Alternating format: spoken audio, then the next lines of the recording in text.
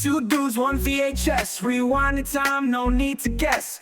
Pop it in, press play, don't stress. It's a movie night, pure retro mess. Old tapes, big last memories flash. We're kicking it back when classics last. So grab some snacks and don't you fret. Two dudes, one VHS.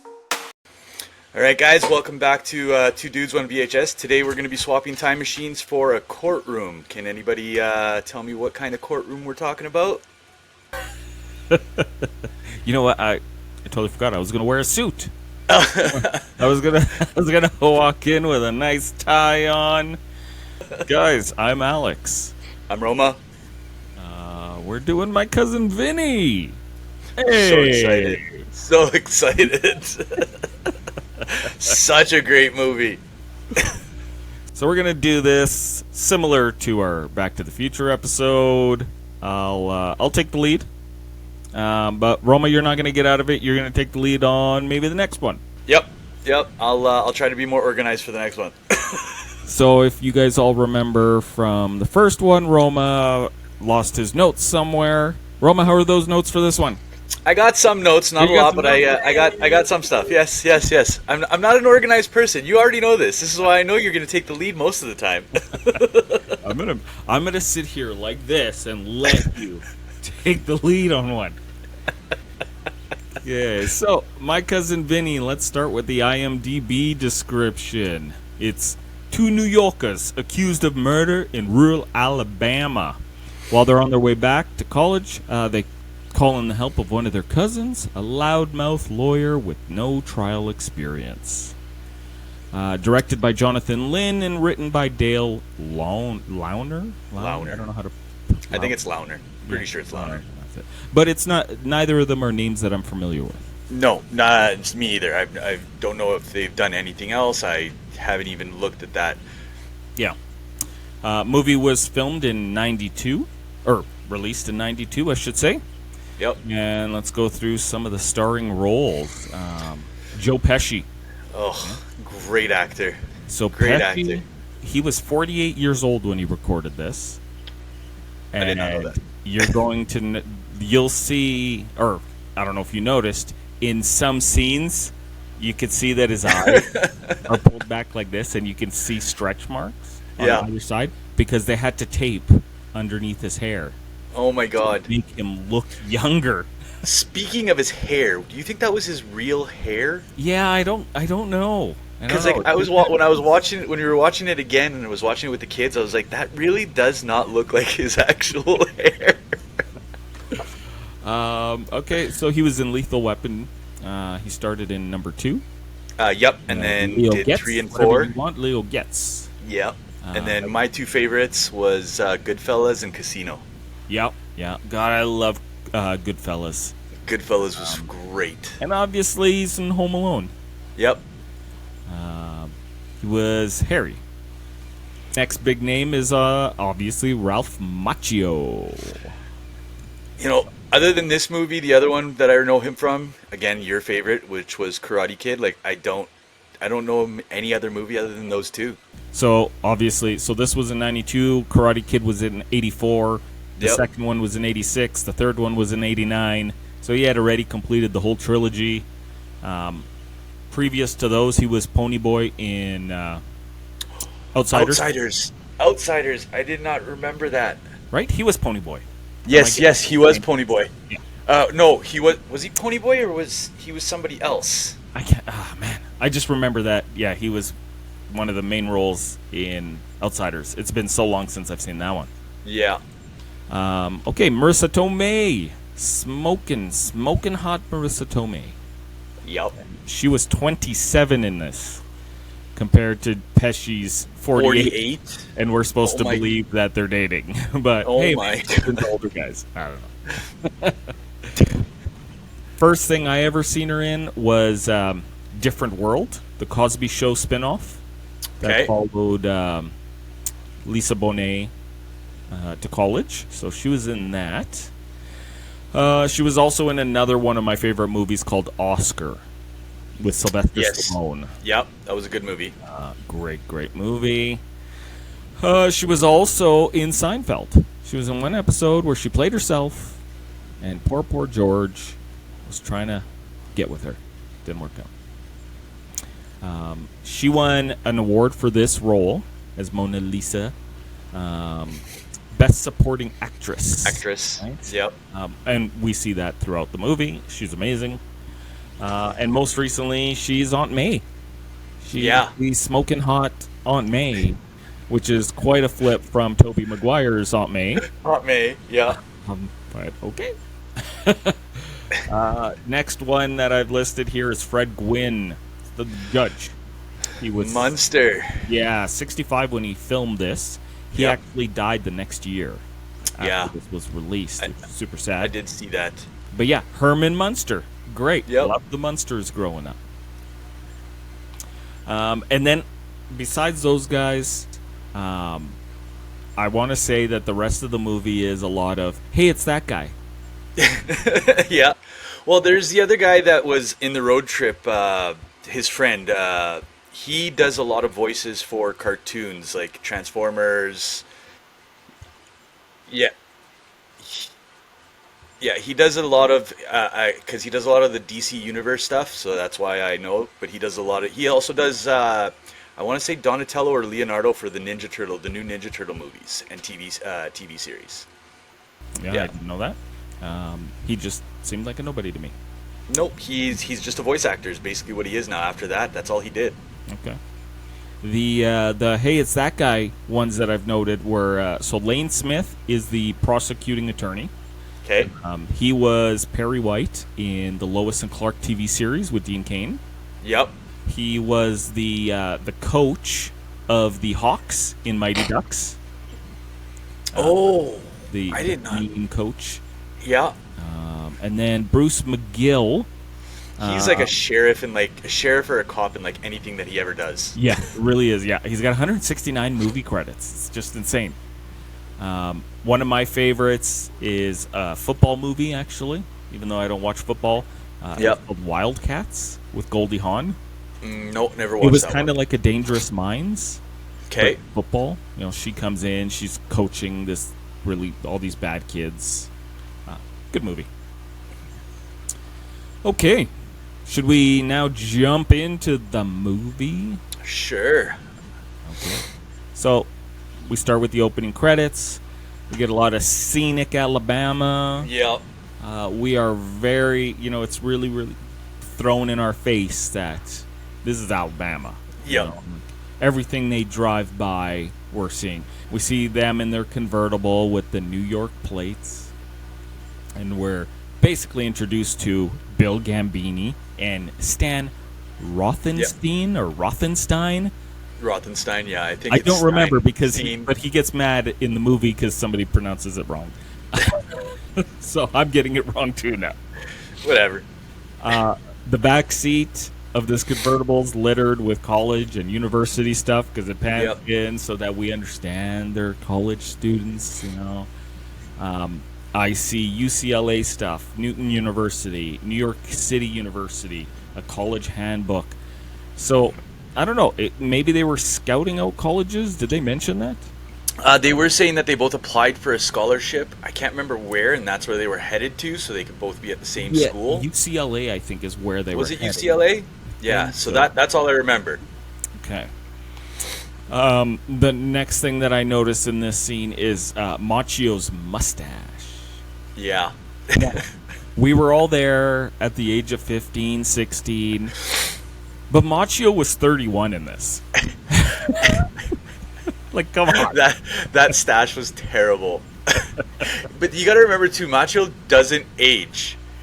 He may look like he's 31, but he looks like he's 16, 17 years old, right? So, like, how old was he? How old was he when he recorded Karate Kid? Oh, God. In like his 20? Yeah, mid-20s. Yeah, but he was playing a 15-year-old? Right. Yeah. So, which is great for Hollywood. They love that because they don't have to pay or deal with kids' hours. They can deal with adult hours. That's true. And same with, like, Cobra Kai, like the new Netflix series. Like, how old is he now? He's, like, in his 60s? 60-something, yeah. He doesn't look like he's 60. He still looks like he's, like, maybe late 40s, early 50s. So that guy, like, he's got some fountain of youth in his mansion or house, whatever. He's got something. It's the money. Oh, that's true, too. One thing I noticed in this is we get thrown, like, while they're driving, it is clear what year it is. Yeah. And very clear that Final Destination has not come out yet, because they're driving right behind that log truck, and he's he's passing it, and I can't think anything but the log truck from Final Destination 2. But back in the day, my God, we just drove by log trucks like nothing.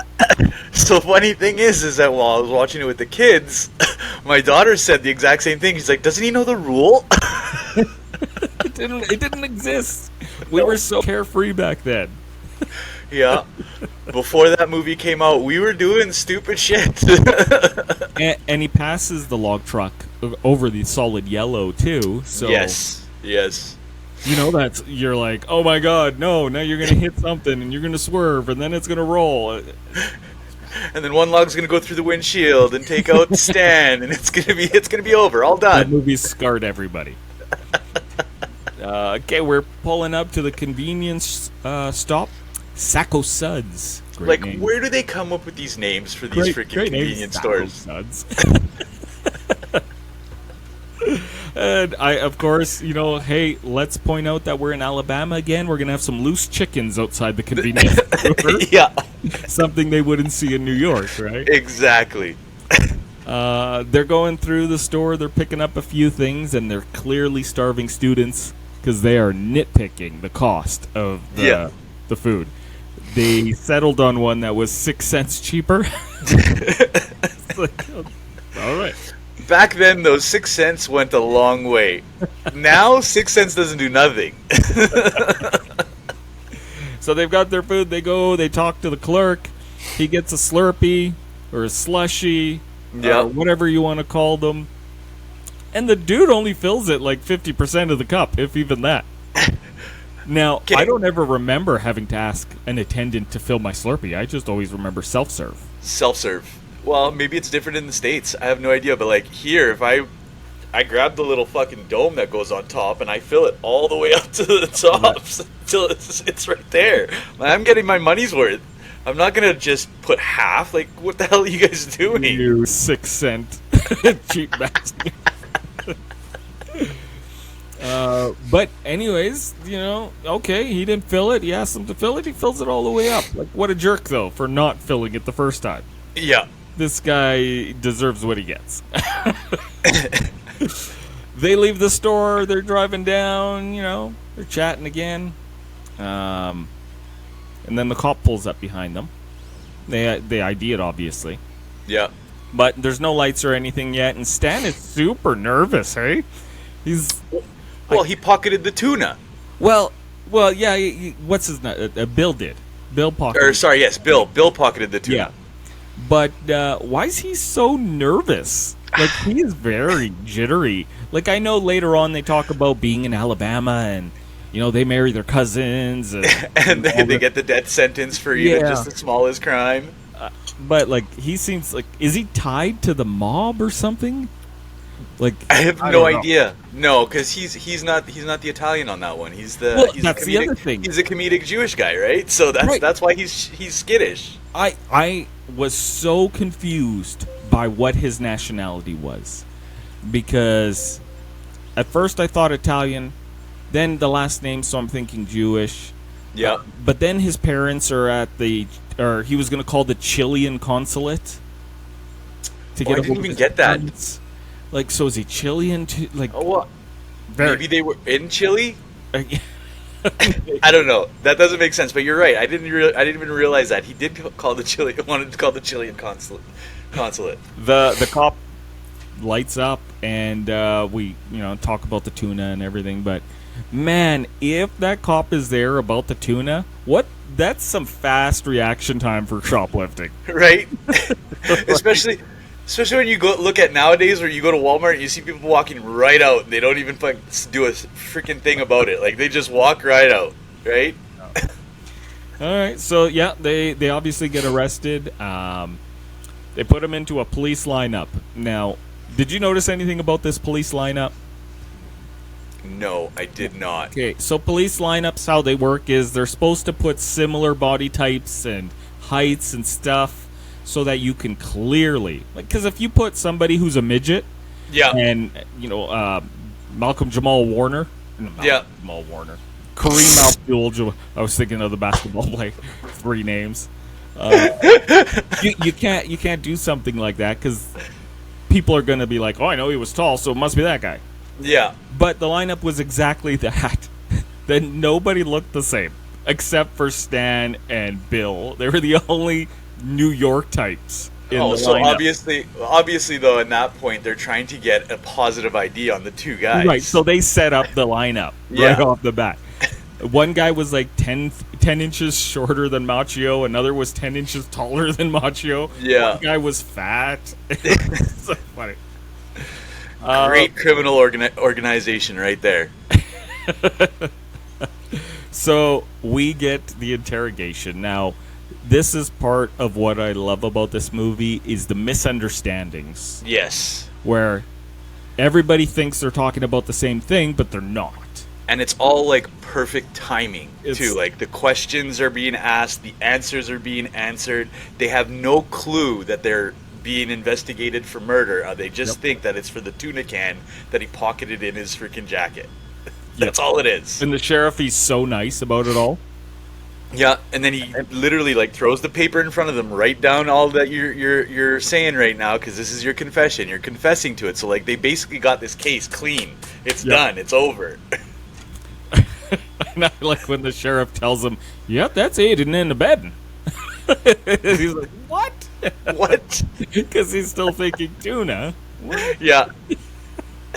And then we cut to Stan. We get more of the same, where totally misunderstanding each other. Yep. And then we're back at Bill. The sheriff's getting all frustrated with the confession, and he finally asks, "When did you shoot the clerk?" And again, great. I shot the clerk? Perfect timing.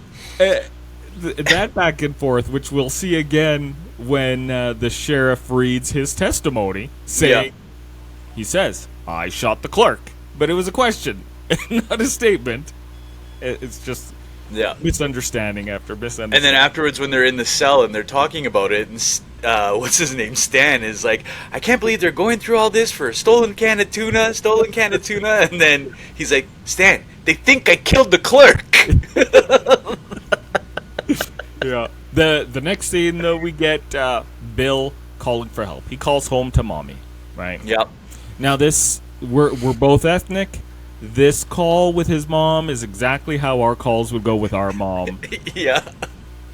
No, Ma, Ma, just listen to me. Can I talk, Ma? And how Stan just so openly is talking to him like they're the only ones in the room, but all the cops are staring at him. He's insulting all of them. I guess what could be worse? You're already arrested for... You're already arrested. They can't do anything else to you. You're being arrested for murder at this point. Slander is just something that gets added to it later, that's all. Yep. And then, obviously, he's talking to Mom and to Stan. Can anybody be a lawyer? My cousin Vinny. Good. He's got a cousin that's a lawyer. That's awesome. What could go wrong here? Vinny's caddy coming in, blasting the tunes. Okay, before we even continue, that thing was the biggest hunk of junk I've ever seen in my entire life. Yes.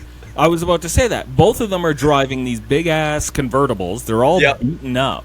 I get it. The kids are starving students. That's what they could afford. Yeah. And I get it, he's not a fancy lawyer, but come on, man. Are these like just generic Italian cars? That right? And he's probably in his 30s at this point for this movie type of thing, right? So you'd think that he'd have a decent set of wheels. Something. I'm not saying, top of the line, but I'm saying like decent. Like there was more rust on that vehicle than anything else. So bad. Yeah. But okay. Whatever. They don't have nice cars in New York. They clearly stick out in Alabama more so than Bill and Stan. Yes. Of their outfits. Her lines are so good when they're standing outside the car there. That one line she says, "Oh yeah, you blend." And, what are you, a world traveler? Her delivery is just great. The other thing too is that leather suit that Joe Pesci's wearing. Like, all I kept thinking about was like, the Eddie Murphy Raw era. Remember when he was wearing the red leather? red leather outfit. I'm like, it doesn't work on you, Joe. I'm sorry, that does not work on you at all. The next scene, we're into the prison. This is a real prison. This is Lee Arundel State Prison in Alta, Georgia.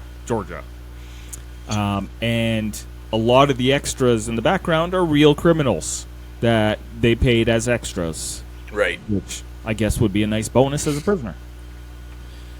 So Bill and Stan get into their cell. And right off the bat, like, I've never been to prison. Yep. But right off the bat, Bill puts his stuff on that top bunk. Now, whoa. Why do you get the top bunk? Yeah. What makes you think, like, I think a fight would break out right there. Friend or not. Hey, no. Exactly. I don't want to sleep down here. Stan is obviously super terrified of being somebody's sex slave.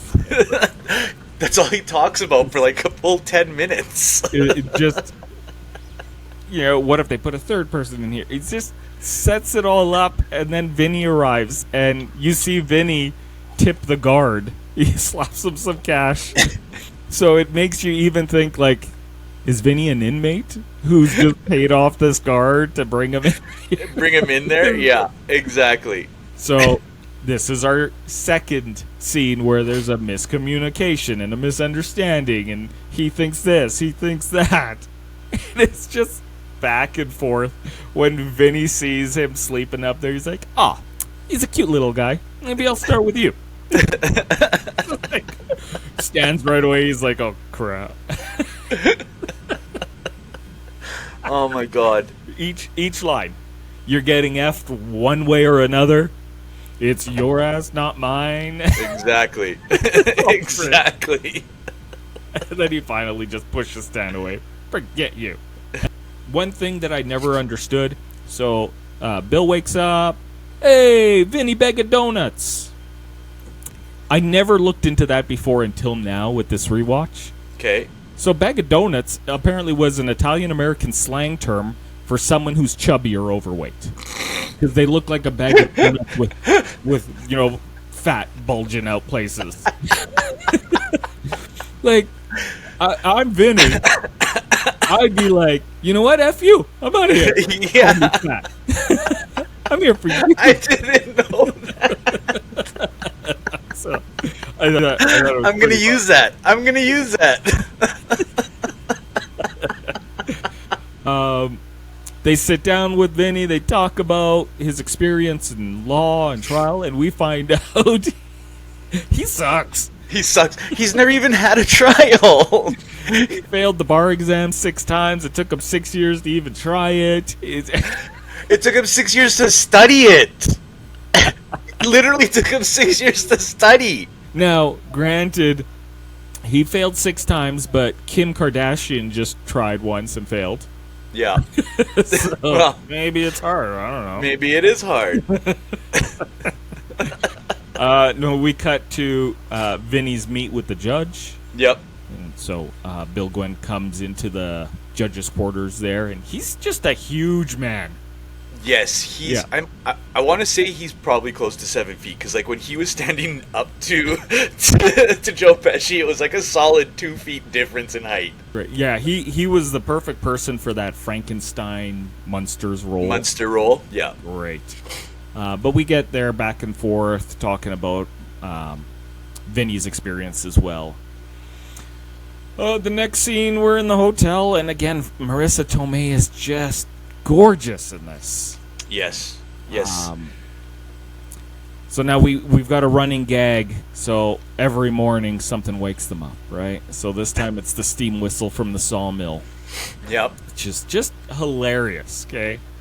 So obviously they're cranky. They wake up early. They go for breakfast at that one little place. This is probably the only place you can go. And did you look at the menu? I did not know. It showed a clear shot of the menu, and the menu just said breakfast, lunch, dinner. No option. If you're there for breakfast, everybody's eating the same thing. Yeah, I guess. No, it's not like going to Denny's. It's a small town, so I guess that's all they're gonna get, right? Yeah, and it was only $1.99 for breakfast. Oh my so god! they got the 2 eggs, some bacon, some grits. Man, for $2, sure. $2. Those were the good old days. And then the cook throws that huge wad of lard on the grill. On the grill, and he's like, "Have you guys ever heard of cholesterol?" So good. And we get an explanation about what are grits. Yeah. So obviously, having watched this before, we get it. There's a payoff to this. Right. No, it's not just filler in the movie where he's explaining how grits are made and what they are. There's a payoff later, which is great. We're in the courtroom. The prosecutor comes in, sees Vinny sitting there, and assumes Vinny's the criminal, which I would also assume. That's great. This first appearance in court is obviously a disaster for Vinny. Yeah. He doesn't understand any of the courtroom procedure, even though No. the judge gave him that Alabama procedure book. He clearly didn't open it. And the back and forth of their communication. Guilty or not guilty? The next words out of your mouth, Your mouth better be guilty or not guilty. You see, I think I understand. No, I don't think you do. It's just great. Poor Vinny just wanted to explain the misunderstanding and hope that this would get thrown out. Yeah. Wasn't the case. Wasn't the case. The other thing too is like during that whole thing, did he get held in contempt on that first day, or Yeah, was it he did. he did? So it's like he didn't learn from the first time. Like I know we're gonna get through it the rest of the video, but it's like the first time he gets held in contempt, the second time, like every time he gets held in contempt when he shows up in court. Like what Yeah. the hell is wrong with you? Then we cut right away to the bus scene, and we see Stan. Or no, first we see Vinny, and he's in there and he's drumming. And he's all cool with this bus ride, and it pans over to Stan and Bill, and they're like, "What did we get ourselves?" Yeah. He gets out. We find out, Lisa has been hustled during the pool Yeah. game, Yep. which is the secondary plot to the whole movie. It's a running thing. Yep. JT is the guy she played, and he wouldn't pay out after he lost. So now Vinny wants to go in there and get that money back. And Yeah. it just sets up scene after scene throughout the movie that's just hilarious, too. I love when they're in the billiards hall, and he spots the guy with the neck brace. Yeah. And he's like, "Did you fall? Did you get into an accident?" Because he's an ambulance chaser. We've already Yeah. discussed that he does personal injury. Yeah. So funny. And then he was like, ah. And then he talks and talks some more, and then he goes back to him. Your house or someone else's? Yeah. It's just great. That was a great gag. The best part about that whole thing is like the conversation with the guy about the $200, and he's like, "So option A, you kick my ass. Option B, I kick your ass." He's like, "I'll go with option B. I'll kick your ass. You give me the $200, and I'll kick your ass." Yeah. I loved that his goons, the guys sitting there. First off, there was the guy with the chicken who just Chicken. It's like, wow. But the two of them, they started laughing when Vinny said that, and JT's like, "Hey, like whose side are you on?" Yeah, exactly.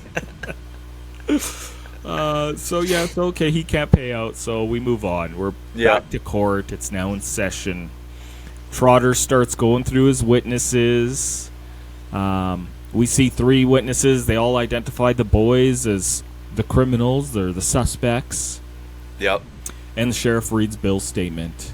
Vinny comes in with that same leather suit again. You was serious about that? yeah, he really was. So Yeah, he really you're in was. contempt. You're going to jail again. Again. So she bails him out. No big deal. They get to the new hotel. Vinny's talking about the whole thing. a little more seriously now. Yeah. Yeah. He's really a scared. I never understood that. People say a scared. A scared. What is that? I think that's a New York thing, because I don't think anybody else says that other than like New York, Bronx, New Jersey kind of thing. I don't think anybody else says it like that. Yeah, it's weird. It is weird. I don't know. But I skipped over when they went back to the motel, and Vinny and Lisa had their little sexy faucet talk. Yes. That was a good one too. You also missed one other thing that was in the preliminary, the two Utes. No, we're not there yet. Well, no, that was at the beginning with the leather suit, wasn't it? No. It was the That's second much time?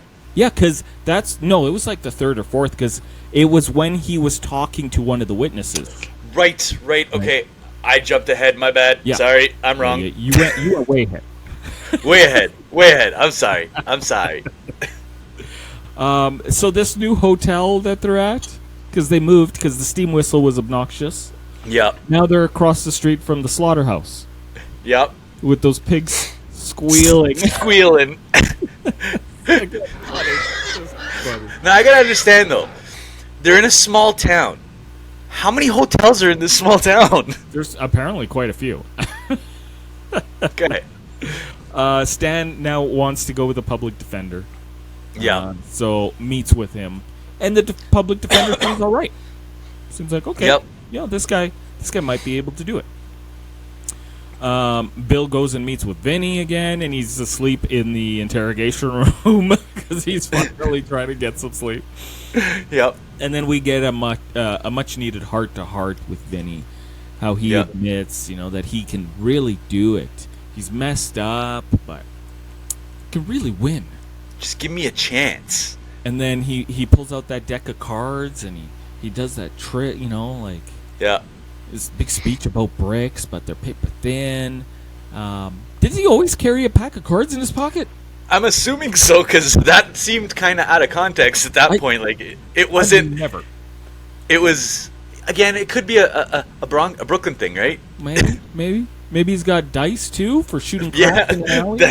that's completely true as well. He may have dice in his pocket as well. I have never gone out with a pack of cards in my pocket for an emergency like that, but okay.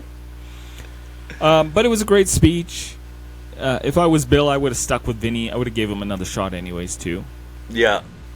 So that night, now we see JT again. Here's that running gag about the money.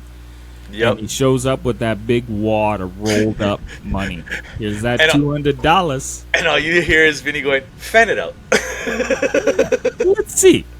So we get to see that Vinny's been screwing up the courtroom. He doesn't get the procedure, but he's street smart. Yeah. He's been through some stuff. Okay, so we get to see that a lot throughout the movie. But he puts it in his pocket. He takes off. Yeah. So Vinny blows him off like nah. Now we're at a new hotel again because the slaughterhouse was annoying. So now that morning we've got a train that runs alongside the hotel. What time was it again? Was it 2:00 in the morning? So when Vinny goes down, he says, "Does that freight train come through at 5 a.m. every morning?" Every morning, right? 5 a.m. That's what it was. No, sir. It's very unlikely. Yeah. So, all right, he's gonna say, "Great." So maybe tomorrow I'll get to sleep in past 5. But, yeah. Okay. So the next day, Vinny meets up with the prosecutor, Trotter. We get a bit of backstory there. Trotter's the prosecutor, and he could have played it very differently. Yeah. He could have been, like "I'll have your ass" kind of lawyer. Yeah, and he was super cool, laid back. But that was the more polite Alabama Southerner kind of lawyer that we saw. So I think that went well with the actual movie itself, is that he was playing the Southern lawyer, hospitality, being nice. Right. But he could have easily been a Southern lawyer who hates them Yanks. You know what? That's true, too. That is true. I also seen him as kind of like a little mentor to Vinny. Absolutely. In the whole movie, is because he was pushing him to do more. He wanted the fight. Yeah. So He I was saw that never- as well. Whereas Vinny's motive was try to get information out of him, I didn't feel that Trotter was just trying to be a friend. We're both lawyers. Let's have a good time. You want to go hunting? He even Right. later offers up his cabin. Yeah, Just a good guy. the cabin. And then he tells her he's going hunting, and she gives that poor defenseless deer. You're at the brook. You having a drink? Bam! Shot in the face. Just great. So good. So good. Like every time she got a moment to talk, it was absolute gold lines. Every single line she had was gold. Yeah. So Vinny comes back. He brings all the files, and he's so proud of himself. He's got this box and stuff. He's like, I did this. I got this stuff. And Lisa's sitting on the chair there going through the procedure book. She's halfway through this legal instruction booklet. Okay, I'm going to stop you on that one. Yeah. Because, again, we're talking about how she's going through this legal book. Does she have a photographic memory? Because she, like, spits off all this information in a matter of, like, 5 minutes after reading half of that book. She is clearly a smart chick. Yeah. Like, they made her to be, like, a genius in this movie. Yeah, I think they're going for that stereotype where, you know, like in the very beginning with the mud in the tires scene. Yeah. And Vinny says she knows everything about cars. She's super smart. Whether it's just all learned through her uncles and her brothers and her father and stuff, or if she picked up books. We don't know. They don't really talk about it, but seeing her reading that book, we could tell, like, she's educated. Yeah. Is what she's doing. And when she calls out to him that, you know, just puts him down in his place. It's called disclosure, you dickhead. That's just great. No one even says dickhead anymore. When was the last time you said dickhead to someone? I don't think I've said dickhead in a long time. An absolute long time. The next scene, we now see Vinny going around. He's meeting all the witnesses. He's going to their houses. He's got that little pink camera of hers, and he's taking pictures of stuff. And it's hotel. It's that train again. 5 o'clock in the morning again. he comes down. Just for clarification, I thought you said that train never comes out at 5 a.m. No, normally it comes at 10 after 4. And Vinny now finally ditches the leather jacket for a proper suit. Yep. Visits the judge in his quarters, or chambers, sorry, and knocks over all his chess pieces. Now, I read that was an accident. An actual accident? Yeah. That Joe Pesci wasn't supposed to knock over but it looked so funny that the director was like, you know, let's just keep it. Yeah. It seems exactly like what you would do.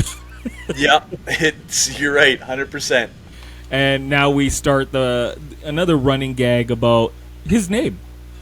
Because there is no Vincent Gambini trial attorney. No. So he comes up with that made-up story about being Jerry Gallo. Jerry Gallo.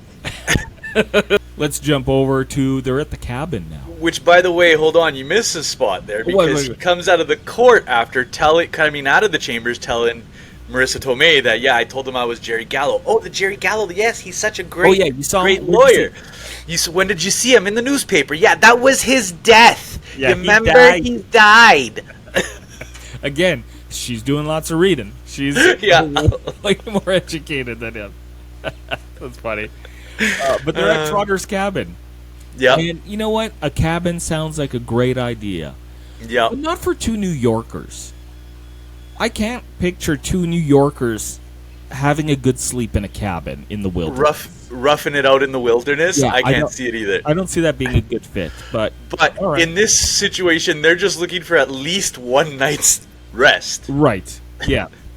And you see her, she's wearing that one-piece floral number, whatever that jumpsuit kind of thing is, and she does her biological clock is ticking. Clock is ticking. Great speech again. He bounces back with all the stress he's got to deal with right now. The two of them together were great. You know, Yes. the 20-year difference, you don't even really notice it. When I No. was a kid, I would never have guessed that he was 20 years older than her. I was just so into the movie, and I was cool with it. Yep. And then we get the screeching owl at night, which Vinny jumps out of bed and he fumbles for a gun. And, Now- he's like Mr. New York gangster. Where did he get this gun from? Well, Was it in the cabin? Yeah, I can't remember now if he grabbed it out of a cabinet or something, but it's got to be Trotter's. But, like, you can clearly tell, like, Vinny's never used a gun before. He's trying to put it in, and then he flips it, and it pinches his skin. And then he goes outside and he's going like this. And then he walks all badass about it. Like, dude, who shoots like that? If you let any of your friends in New York see you shooting like that, you're done. Yeah, you're the laughing stock of New York right there. So all of a sudden they decide, you know what? We're going to sleep in the car instead. Now, where the hell did they go sleep? Are they just outside the cabin in the car? Well, now there's a thing that I was looking at too. Is like they were literally, the cabin was there. They showed it back, like a high scene of the cabin at one point. You didn't see their vehicle anywhere. Okay, and then when they sleep in their car, they're out in the middle of a field. Where's the cabin? Like, did they leave their car there and then walk to the cabin because there's no road to the cabin? Yeah, I have no idea. I was very confused by that. And I didn't realize that, obviously, the first time I watched it. But, like, this time, it was like, where is their car? Like, did they legit walk a mile to get to the cabin because there's no road there? Because that looks like that even looked like just an open field that they parked their car in. There's no road there. It does. It just looks like an empty field. Like, why? You're still in the wilderness. There could still be owls. There could be still other animals. Like, I don't understand why they would go from a closed cabin to a car where they're uncomfortable now. They weren't comfortable the whole time, but they got some sleep. And he's like, get off me! And then, because it rained, there was thunder, right? So now they're stuck in the mud. And, okay, fine. He has to grab something out of the trunk. I get putting the suit in the trunk. It's a convertible. They may have had the top down. But it's laying on top of, what was it, a 2x4 that he pulled out? I think it was a shovel. I don't think it was a 2x4. I think it was a shovel. And he just yanks and just whips it out. Whether he knew what it was or not, why would you pull that out like that? I have no idea why he did that. And again, like, that's something that you just grab it, move it, grab the item. No, you just go... So it sets us up for another suit problem with the judge. And there's no 1 hour dry cleaning. The one place to buy a new suit has got the flu. The whole store's got the flu. The whole store's got the flu. And that's where it also puts into perspective that it's a small town. That literally, if one person gets sick, the entire store gets sick. So he's now frustrated. He's got to go home and shower. He's covered in mud. She's going to find him something to wear. And JT shows up again, and he's got the 200, and he's fanning it out this time. Yeah. And then he's just like, nah. But then he Superman punches him. Takes the $200. Great. And then his buddy, that guy's buddy, is just like staring at him and like smiling with this big shit grin on his face. Yeah, all that build up for that one punch to take him out. It's like, okay, good, cool, that's over with. Court's already in session. The judge is looking at his watch, and then Vinny shows up dressed in that purple velour suit, looking like one of those organ grinders that has a Such a good scene. Again, the back and forth about the suit. He explains about the flu and the second-hand store, and I wore this for you. For you. It's ridiculous. For you. And then he sits down and mumbles to the judge. What'd you say? What? Huh? What? What'd I say? What did I say? He's like, I'm holding you in contempt. No shit. What else is new? Yeah. It's just so great. It's like any kid in the world does that kind of thing, right? Yeah. Court starts. Trotter's giving his opening statement, and then he says, "It's a high-anus crime." It's a what? Isn't the word heinous? Heinous. But he said high-anus. He enunciated high anus. Maybe that's how they say it in Alabama. I don't know what a low anus is, but this is a high anus. High anus. Like, okay. Vinny's sleeping through most of this. Yeah. And then we finally get to see the new public defender do his thing. You know, this guy goes up, he struts up, and he has got the worst nervous stutter. And even the jury is all staring at him like, ugh. What? That was one of the best moments, because then they pan to Stan for a moment as he's stuttering, and his like jaw dropped. He knew that he screwed up. At that moment, he knew he screwed up. Yeah, absolutely. But then he starts making some leeway, right? He's talking to the one witness, and he points out, "I see you wear glasses." Yeah. Pulls them out. He says, "They're for reading." Oh, okay. And then you get that like little moment of awkward silence, like, damn. Okay, what? That's all he had. Can you tell me what color are the suspect's eyes? And the guy nails it. He nails both of them. Just makes it so much funny. No further questions. Dude, what are you doing? You're proving So stupid. Like how Stan said that Vinny could screw up by saying the wrong thing. Exactly. You are proving how good this guy's eyesight is now. Yeah, you basically screwed your client and mine at the same time. Yeah. So now Vinny gets to talk to them. And this is where we get the two Utes. Yep. Again, I apologize for skipping ahead. What? The two Utes. Utes? Youths. Youths. How he enunciates afterwards. Sorry, Your Honor. Youths. And now Vinny starts demolishing witnesses. He starts going through them. First with the grits guy. Yep. Talking about how grits cook faster on his stove than anywhere else other stove in the world. But what was great about that interrogation there is that he not only wanted to prove him wrong, he wanted to humiliate him. He wanted him to say he was wrong. Exactly. Really, even though the judge was like, "I think we understand. I think we got it. No. He didn't want to give up. Yeah. So that was great. He gets held in contempt again, right? And this time, though, yeah, he doesn't want to be bailed out. Now, I got another question for you. So, I know we're going off script here. So he's been held in contempt. Now that's what, the third time or fourth time? I think so. Let's say 3. 3, okay. Bail isn't cheap. Where is Marisa Tomei getting the money to bail him out the other 2 times? Well, so she had traveler's checks. She mentioned. So she had to cash all those. Then they needed the money from JT, so they got that $200. Okay. So yeah, they had some cash. Okay. The weird thing that I don't get. So now he's in prison, right? Yeah. And you see him sleeping like a baby, and there's a riot going on. Yeah. I don't understand, because the hotel with the train. Yeah. That screams New York to me.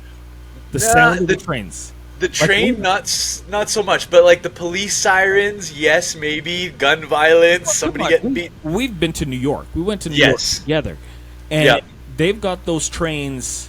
We see them in the Spider-Man movies where they're on the tracks and they're running past apartment buildings and stuff. It's a common thing in New York, New Jersey. I agree, but it's the siren that's going off that probably wakes them up. If the train was just going by them, you're right. He should be used to it because of the subway and the trains and stuff like that. It's a perfect amount of noise. Yeah. It's not something like an owl that he's never heard of and he's scared of. Exactly.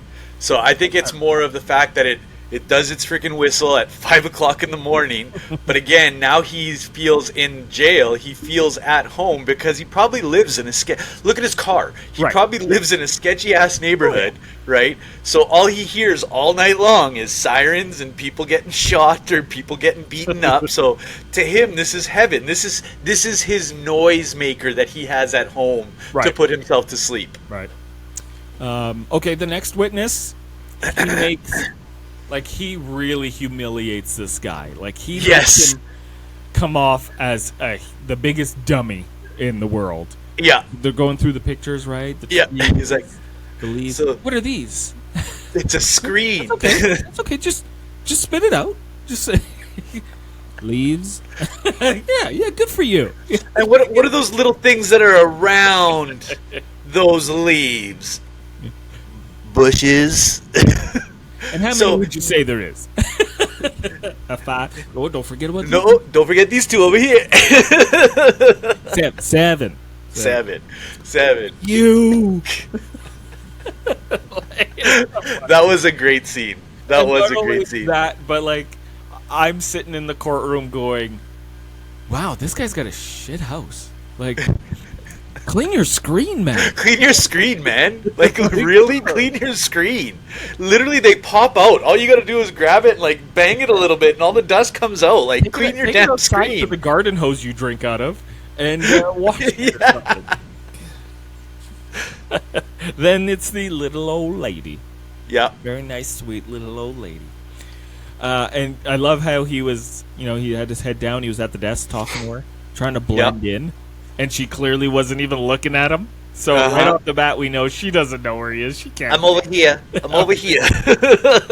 Oh, yes. So funny. And then he does the eye test. So she says it was 100 feet away. He does the 50-foot tape. And the judge let the court know that Mr. Gambino has 2 fingers. Your Honor. Oh. And it's just, the judge was so funny. He's like, oh, right. Yeah, my bad. Mrs. Riley. And only Mrs. Riley. Mrs. Riley. So funny. Yeah, so time for a new prescription. Yeah. Then, we're rounding near the end of the movie here, and we're at the expert testimony scene. Yeah. Where Vinny objects to the new witness. Yeah.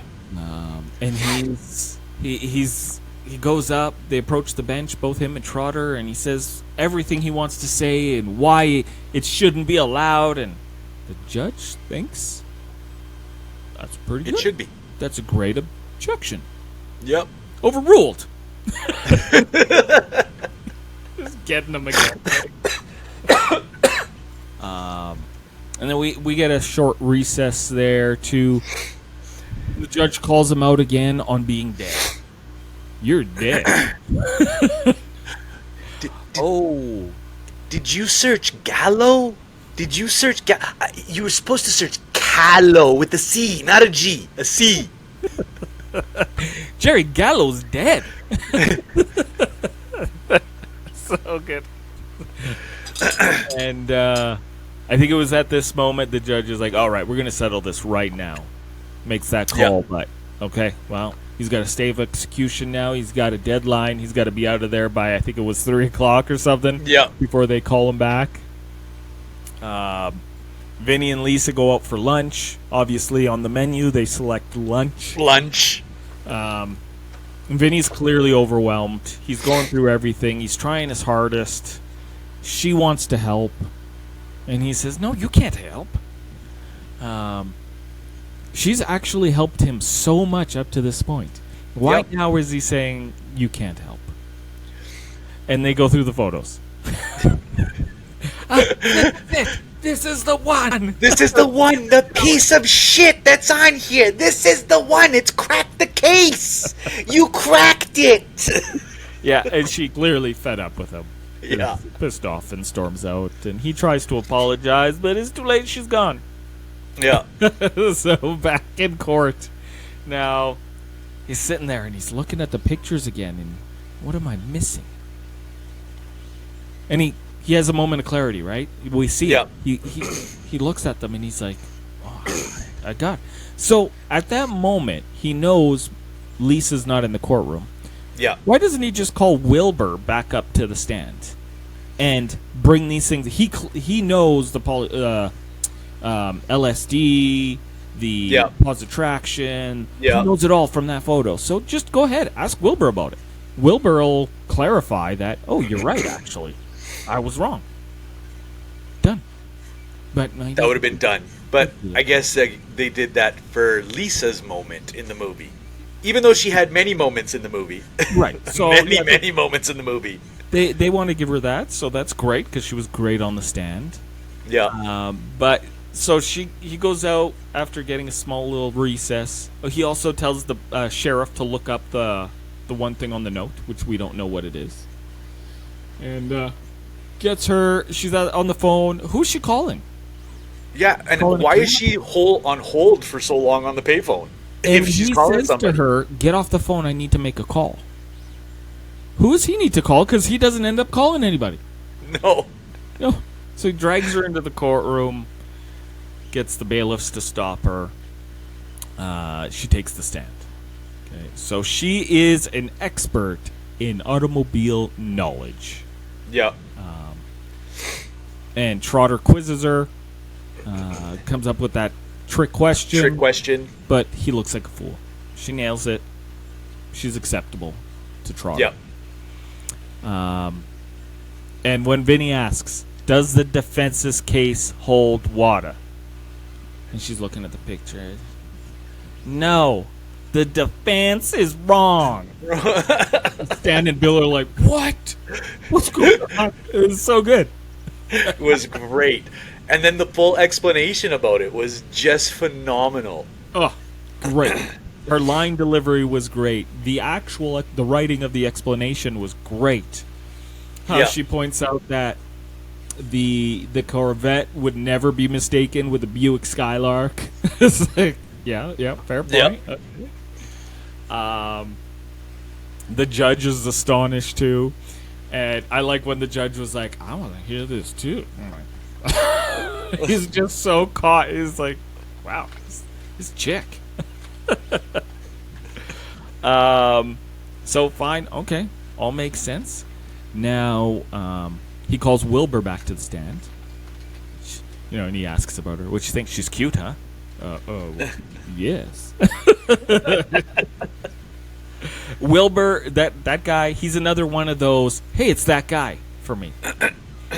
I didn't look up his IMDb, but I just know the face. I've seen him in other things. I have too, and I still don't know. He's that guy that was in that thing.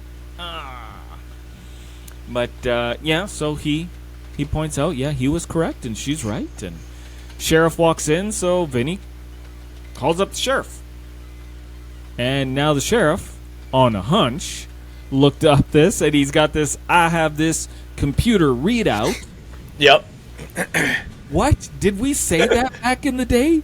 I'm assuming so. It's a printing. It's a printout. It's a piece of paper. But okay, whatever. Let's make it sound fancier. It came from a computer, so it must be true.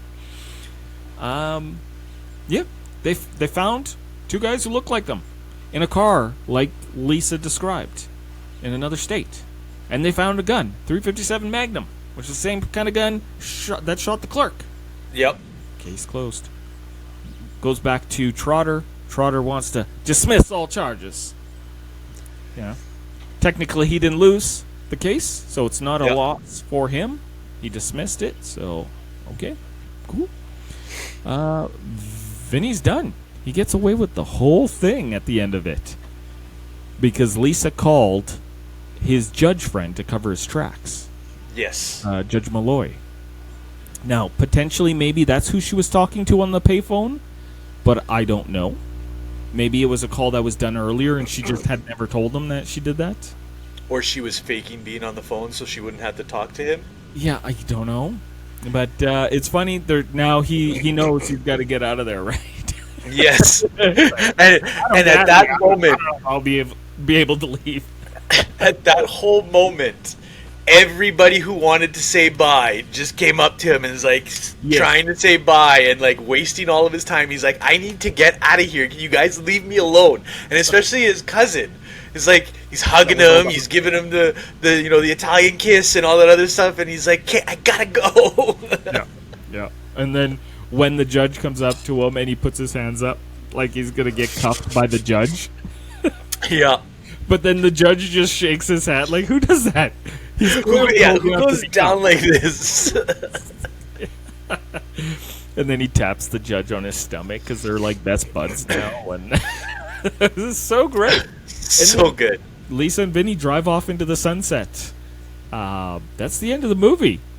Yeah. It was such a great courtroom drama and a comedy. It was great. Do you have a rating for this movie? Honestly, it still holds its weight even now. My kids enjoyed it. They thought it was hilarious. They didn't get some of the comedy, obviously, because it was old school kind of comedy, but it still holds its weight in cinema today that it did. What was that now? Over 30 years ago now, right? So I say, yeah, it's a 10 out of 10 for me. You're giving it a 10, okay. I'm giving it a 10, and I know that I gave Back to the Future a 9, but yeah. I'm giving it a 10. It was great. It was absolutely the scenery, the way that they did the timing on all of the jokes, the way that they did the script, who they casted for the movie to do all the parts was grade A, 100% perfect. Yeah. Okay. I'm not going to give it a 10. Okay. I gave Back to the Future a 10. You did. I do love this movie, and I've loved it for a long time. I don't remember if I watched it in 92. I would have been in junior high at the time. Don't remember if I watched it then, but I'm sure I rented it at some point. Yeah. The A plot is great. The B plot with JT was great. Like I said, those misunderstandings throughout the movie were great. But I think I'm going to give this one a 7. A 7? Wow. 7. That is, for me, that's still a solid number. Yeah. Yeah. Back to the Future was just phenomenal. I'm not going to disagree with you. It was. So that, for me, was a 10 for sure. This, I'm going to give a 7. I do recommend it to friends. I had my cousin and his family over not too long ago, and we sat down and we watched that a couple months ago. They had never seen it, so it was fun watching it with them. 7. I'm going to give it a 7. Definitely a 7. I'm not taking it. All right. Yeah. All right. It's your choice. When the comments come back saying that you're wrong. Nothing's going to come back saying I'm wrong. What are you... I'm just kidding. Don't say that. Let's see. So, everybody, I guess that's the end of our episode. There was really no hidden Easter eggs that I could find. No, I did. got it on Blu-ray, and there were no deleted scenes on the Blu-ray edition. So there was really nothing. The only fun fact, really, that I know of is that this movie is played for law students. Because they do find it very accurate to the proceedings of a courtroom. Whereas some courtroom dramas just make stuff up as they go. But apparently this was fairly linear, properly how it's done. Right. The only thing, because I was trying to do some Googling, is there was one where it said that John Lynn was an actual law graduate from Cambridge. So that's why the courtroom details felt really legit, because they knew how it was supposed to go. Okay. That was the only thing. I couldn't find, like you said, there was some bloopers that they had in the movie, but again, the chess piece one is probably one of them. I never watched it, but there was nothing really deleted scenes or anything like that either. So right. I guess they did such a good job that they didn't have to add anything or delete anything, right? Bet you a lot of it too. Joe Pesci probably ad-libbed some stuff, but I couldn't find it. I agree with that. He probably did. Okay, so that's the wrap of our second episode. Well, technically third, because Back to the Future was 2. Yeah, but that was a two-parter. We had no choice. We rambled on a lot. We did ramble a lot on that one. So we're just over an hour on this one, so that's not too bad. No, not too bad. Hopefully everybody is still listening up to this point. I hope so. And if you are, and you're out there, and you want to suggest a movie, absolutely, please do. Hit us up on our socials. We've got a list of about probably 30 movies right now that we want to do. We are going to be releasing. I'd like to release every week, but Roma here wants to do bi-weekly. So wow, always. I'm calling him out. I'm calling him out right off the bat. I'd love to bring you guys something once a week. Roma's a busy man, though. I'm not. He's got things. He's got courtroom proceedings to what is the word? Not discriminate. Deviate. I don't know. He's like a judge. He's the Bill Gwynn. He's sitting up there. He's yelling at people. Yeah. Work's been busy. I'm sorry. So our next release after you're hearing this one is going to be our first December episode. Yeah. We will be doing a Christmas movie. Okay? Yeah. So we're gonna try. I think we'll get 2 out in December. So, I think so. We're gonna do 2 Christmas movies. Roma, what do you think? Do we tell them what our next one is, or are we going to put it up on our Instagram? We'll probably put it up on our Instagram and then we'll put a tease up after this episode. See if there's any traction on it. See if there's anybody who comments and stuff like that, and then maybe at the next one we'll see how that goes. So we did have it on Instagram about this one. Yep. We put up a tease and we had a few guesses. We did post all those guesses up. 2 people got My Cousin Vinny correctly. So shout out to those guys. That was who was it? It was Brett and Cameron. Yeah, there were a couple wrong answers. Incorrect. I did like the Legally Blonde one. I'm like, I don't think I ever want to watch that one again. Like Legally Blonde. So maybe we'll do the same thing about the Christmas movie. We'll see what you guys think. Yes. Yes. Okay, I guess that is it. This is Alex. This is Roma. You just watched 2 dudes, 1 VHS. And we'll see you next time. So get that tracking ready because you're going to have to adjust it a little bit. Just a little. Next episode. Have a good one, guys.